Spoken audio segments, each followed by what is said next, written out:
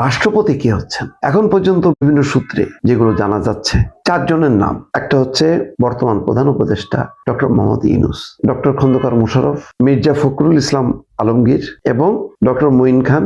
আমি ধারণা করি ডক্টর মোহাম্মদ ইউনূস হয়তো আর রাষ্ট্রপতি।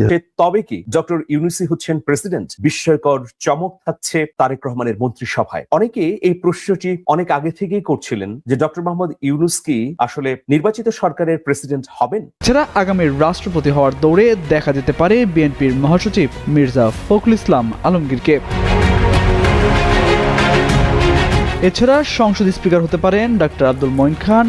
ডাক ও টেলিযোগাযোগ বিভাগের দায়িত্ব নিতে পারেন মির্জা আব্বাস। স্থানীয় সরকার মন্ত্রী হিসেবে দেখা যেতে পারে সালাউদ্দিন আহমেদকে। এছাড়া 2001 সালে বিএনপির সরকারে বাণিজ্য মন্ত্রী ছিলেন আমির খসরু মাহমুদ চৌধুরী। এবারও বাণিজ্য মন্ত্রণালয়ের দায়িত্বে দেখা যেতে পারে তাকে। যে আলোচনা সবার মুখে মুখে সেটা হলো